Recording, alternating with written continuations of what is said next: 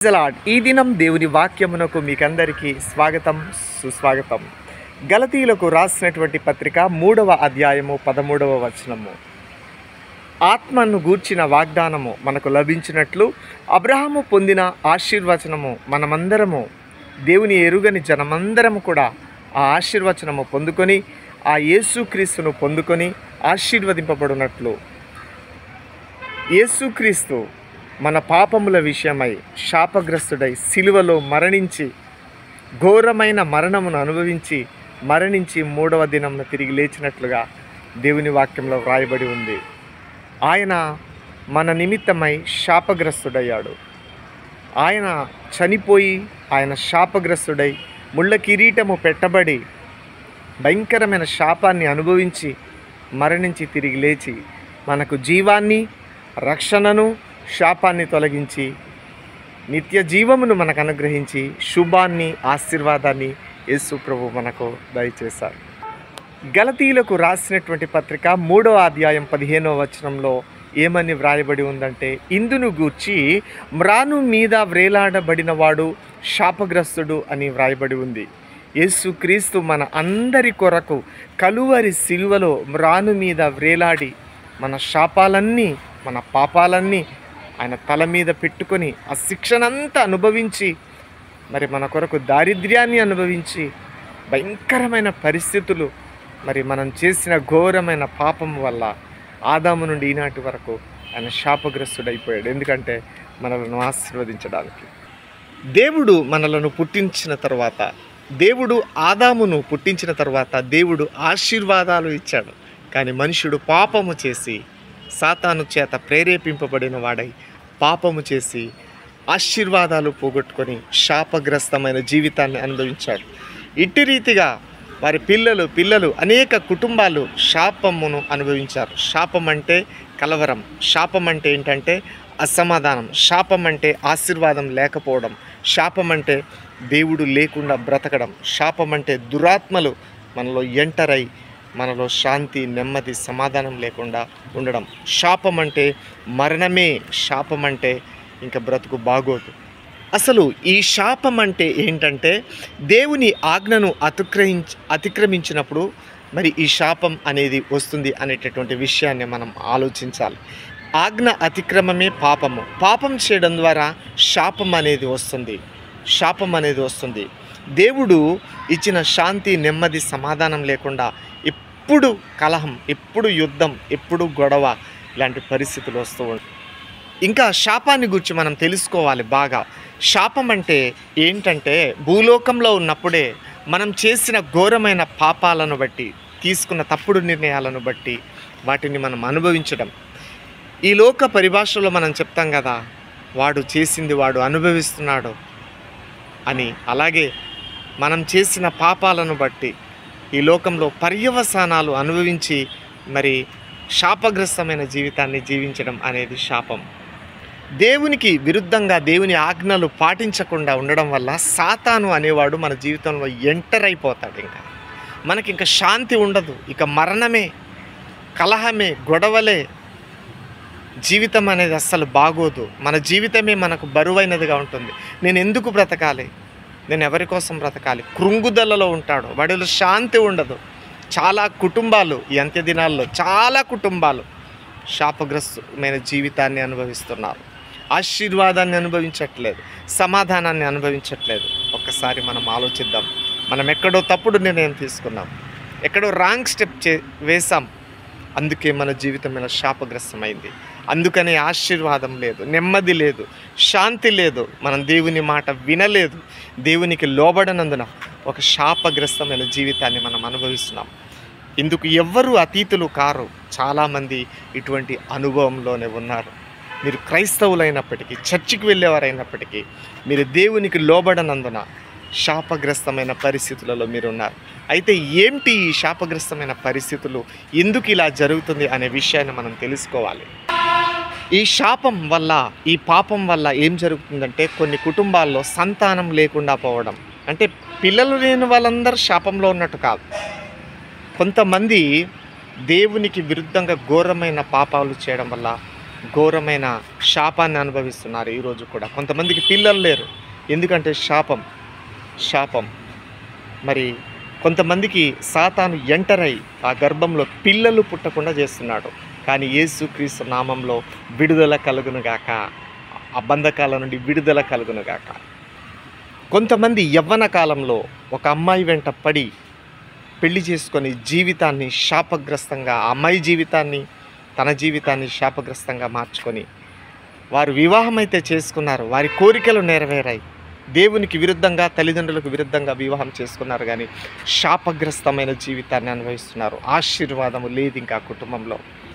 ఆకర్షణతో, శరీర ప్రేమతో, అందంతో అమ్మాయి వెంట పడి, అమ్మాయి అబ్బాయి వెంట పడి పెళ్ళైతే చేసుకున్నారు, కానీ ఘోరమైన శాపాన్ని అనుభవిస్తూ ఉన్నారు.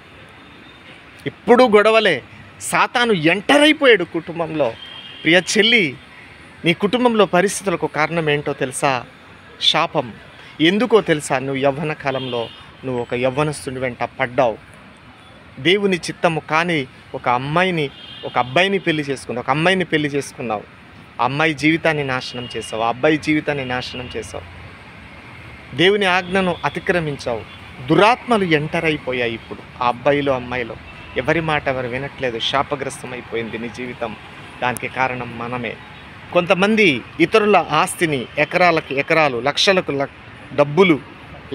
లక్షలు డబ్బులు ద్రోహంతో దోచుకోవడం వల్ల, లాక్కోవడం వల్ల శాపగ్రస్తమైన జీవితాన్ని అనుభవిస్తూ ఉన్నారు. అన్యాయపు సిరి సంపాదించి కొంతమంది శాపాన్ని మూటగట్టుకుంటున్నారు. యేసుక్రీస్తు నామంలో ఆ శాపము నుండి మీకు విడుదల కలుగునుగాక, ఆ పాపం నుండి మీకు విడుదల కలుగునుగాక. ఆ పాపం మీరు విడిచిపెట్టినప్పుడే, ఆ సొమ్మును తిరిగి చెల్లించినప్పుడే ఆ శాపం అనేది మిమ్మల్ని విడిచిపెట్టి వెళ్ళిపోతుంది. ఒకవేళ మీరు అటువంటి మరి క్షమించమని అడిగినప్పుడు, తిరిగి చెల్లించినప్పుడు మరలా మీరు దేవుని ఆశీర్వాదాన్ని పొందుకుంటారు. మీరు దేవుని చిత్తము కాని వివాహాలు చేసుకున్నప్పుడు కొన్ని సంవత్సరాలుగా మీ కాపురంలో అల్లకల్లోలాలు, మీరు ప్రార్థన చేసుకోండి, మీ పాపాన్ని ఒప్పుకోండి. ఏదో ఒక రోజు దేవుడు పశ్చాత్తప్తుడై మరలా మీకు శాంతిని, నెమ్మదిని దయచేయను.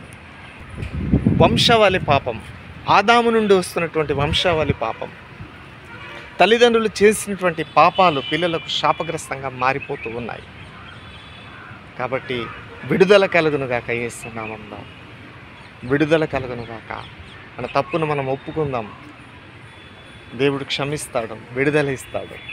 కొన్ని గ్రామాల్లో, కొన్ని కుటుంబాల్లో భూమిలో గచ్చ పొదలు, ముండ్ల తుప్పలు మొలుస్తూ ఉన్నాయి. పంట పండట్లేదు. పెట్టుబడులు పెడుతున్నారు కానీ నష్టం. చెట్లు కాస్తున్నాయి కానీ పంట మరి తగిన రేటు రావట్లేదు. శాపగ్రస్తమైన పరిస్థితులు అనుభవిస్తున్నారు. భూమి శపించబడింది. మన నిమిత్తమే, మన క్రియల వల్ల మన ఆస్తులు, మన భూములు శపించబడ్డాయి. శాపాన్ని అనుభవిస్తున్నాం. యేసు నామంలో మన తప్పులు, దోషాలు ఒప్పుకుందాం. మన జీవితం పతనం అవ్వడానికి కారణం మనమే, ఇంకెవరో కాదు. నువ్వు ఆశీర్వదింపబడకుండా ఉండడానికి కారణం, నువ్వు అసమాధానకరంగా ఉండడానికి కారణం నువ్వే కారణం. మన తప్పులు, దోషాలు ఒప్పుకుందాం. దేవుడు కనికరించి ఆ శాపం నుండి విడుదలిస్తాడు. సిలువలో ఆయన కార్చిన రక్తంతో మనల్ని కడుగుతాడు. కొన్ని కుటుంబాల్లో శాపం వల్ల ఆ కుటుంబంలో ఆ వంశావళి అంతమవుతుంది. దేవుని వాక్యంలో వ్రాయబడి ఉంటుంది. యెషయా గ్రంథం 24వ అధ్యాయం 6వ వచనంలో శాపము వల్ల జనాలు కాలిపోయి కొద్దిమంది జనాలు అవుతారని వ్రాయబడి ఉంది. దేవుని వాక్యంలో వ్రాయబడి ఉంది. సామెతల గ్రంథం 28వ అధ్యాయం 27వ వచనంలో బీదలకు ఇచ్చిన వారు ఆశీర్వదింపబడతారు. బీదలకు వారి కష్టంలో బీదలకు ఇవ్వకుండా కన్నులు మూసుకునే వానికంట శాపం తగులుతుందంట. నీకు కనికరం, ప్రేమ లేని వాడిగా ఉన్నావు. బీదల పట్ల కనికరం లేదు కదా, అందుకే నువ్వు శాపాన్ని అనుభవిస్తున్నావు. నువ్వు ఆశీర్వదింపబడాలంటే బీదలను నువ్వు బాగా మరి చూడు. నీ కన్నులు మూసుకోకుండా నువ్వు చేయగలిగింది వాళ్ళకి చేయి. అంతేకాకుండా కొంతమంది మాటల్లో పొరుగువారిని ద్వేషించడం వల్ల, పొరుగువానితో మాటికి గొడవ పడడం వల్ల, పొరుగువానితో కయ్యానికి దిగడం వల్ల, పొరుగువాని కుటుంబం జోలికి రావడం వల్ల ఘోరమైన శాపాన్ని అనుభవిస్తున్నారని దేవుడు వాక్యం ద్వారా సెలవిస్తూ ఉన్నాడు. ఎక్కడ అంటే ఇది మరి చూడండి, ద్వితీయోపదేశకాండం 30వ అధ్యాయం 7వ వచనం. ఎవరినో నువ్వు ద్వేషిస్తున్నావు, ఏదో కుటుంబాన్ని, ఏదో వ్యక్తిని, ఏదో సంఘాన్ని, ఏదో సేవకుడిని కక్ష పెట్టుకొని ఉన్నావు. నిర్నిమిత్తముగా వారి మీద పడుతున్నావు. ఘోరమైన శాపాన్ని అందుకే నువ్వు అనుభవిస్తున్నావు. మార్పు చెందు. మనుషులతో పెట్టుకుంటే అగ్నికి కాలిపోతావు. మనుషుల పక్షాన ఉన్నవాడు దేవుడు. ఆ దేవుడు మరి చూస్తూ ఉన్నాడు. నువ్వు అందుకనే శాపాన్ని అనుభవిస్తున్నావు. మనుషులను ద్వేషించవద్దు, మనుషులతో గొడవ పెట్టుకోవద్దు, కయ్యానికి కాలు దువ్వద్దు. దేవుడు మరి ఆ పాపము నుండి నీకు విడుదలిచ్చి నిన్ను ఆశీర్వదించునుగాక. భక్తిహీనులకు, వేశ్య సాంగత్యం చేయువారికి శాపం తగులుతుందంట. పరాయి స్త్రీని ముట్టితే, కన్యకను ముట్టితే శాపం తగులుతుందంట. భక్తిహీనులకు శాపం తగులుతుందంట. దేవుని ఆజ్ఞలు పాటించకపోవడం వల్ల శాపగ్రస్తమైన పరిస్థితులను నువ్వు అనుభవిస్తూ ఉన్నావు. ఆశీర్వాదాన్ని అనుభవించవలసిన నువ్వు దేవుని ఆజ్ఞలను పాటించకపోవడం వల్ల భక్తి అనేది లేదు, దేవుని భయం నీకు లేకపోవడం వల్ల నువ్వు ఆశీర్వాదాలు అనుభవించకుండా శాపాన్ని అనుభవిస్తున్నావు. నువ్వు భక్తిపరుడుగా ఉండు, దేవుని ఆజ్ఞలను పాటించు, అప్పుడు దేవుడు నిన్ను ఆశీర్వదిస్తాడు. అంతేకాకుండా పెదవుల్లో దూషణకరమైన మాటలు, చెడు మాటలు, ఆ మాటల్లో శాపం అనేది ఉందంట. అందుకే నీకు శాపం తగులుతుంది. అంతేకాకుండా గేహాజీ చూడండి, దేవుని చిత్తానికి విరుద్ధంగా వెళ్ళిపోయి వస్త్రాలు, బంగారము ఇవన్నీ సంపాదించుకోవాలని ఆ నయమానుకు తగిలినటువంటి ఆ కుష్ఠ రోగమును తనకే కాకుండా తన వంశావళి అందరికీ తెచ్చిపెట్టుకున్నాడు గేహాజీ. ఒక ప్రవక్తగా ఉండవలసిన వాడు ఎలీషా తర్వాత శాపాన్ని పొందుకున్నట్లుగా మనం చూస్తూ ఉన్నాం. వారి పిల్లలందరూ శాపగ్రస్తులయ్యారు. కారణం ఏంటో తెలుసా? దురాశ. దేవుని ఆజ్ఞను ధిక్కరించి శాపగ్రస్తుడైపోయాడు గేహాజీ. అంతేకాకుండా మరి చూడండి, దేవుని నిబంధన, ఆయన కట్టడలు పాటించినప్పుడు ఆశీర్వాదాలు కలుగుతాయి.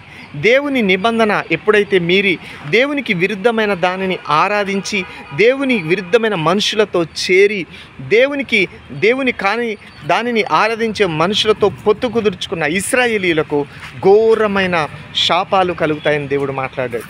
మీరు దేవుని నిబంధనను, దేవుని ఆజ్ఞలను పాటించి దేవుని చిత్తానికి లోబడినప్పుడు ఆశీర్వాదం ఎలా పొందుకుంటారో, దేవుని మాట విననప్పుడు శాపగ్రస్తమైన జీవితాన్ని, అంటే మరణమే, ఇంకా అంటే అశాంతే, యుద్ధమే, ఆశీర్వాదం ఉండదు, కరువు, బంధింపబడిన పరిస్థితి, దాస్యత్వము, సాతాను ఎంటర్ అయిపోయి కల్లోలము చేసేస్తాడు అని దేవుడు వాక్యంలో చెప్పారు. ఎక్కడ చెప్పారంటే ఈ విషయము ద్వితీయోపదేశకాండం 25వ అధ్యాయం 15వ వచనం మీరు చదవండి. ఈరోజు కూడా కొన్ని కుటుంబాలు శాపగ్రస్తమైన జీవితాన్ని అనుభవించడానికి కారణం దేవునిని విడిచిపెట్టారు, దేవునిని పక్కన పెట్టారు, దేవుని ఆజ్ఞలను పక్కన పెట్టాం మనం. అందుకే మనకు ఈ పరిస్థితులు, అందుకే మనకు ఈ అశాంతి, అందుకే మన జీవితంలో సాతాను ఎంటర్ అయిపోయాడు. కానీ యేసునామంలో విడుదల కలుగునుగాక, యేసునామంలో నీ తప్పు దోషం నువ్వు ఒప్పుకుందువుగాక, యేసునామంలో నీ పరిస్థితులు మారునుగాక. నీ మిస్టేక్స్ను ఒప్పుకొని క్షమించమని అడిగినప్పుడు ఆయన సిలువ రక్తంతో కడిగి నీకు శాంతిని, సమాధానాన్ని, ఆశీర్వాదాన్ని ఇస్తాడు.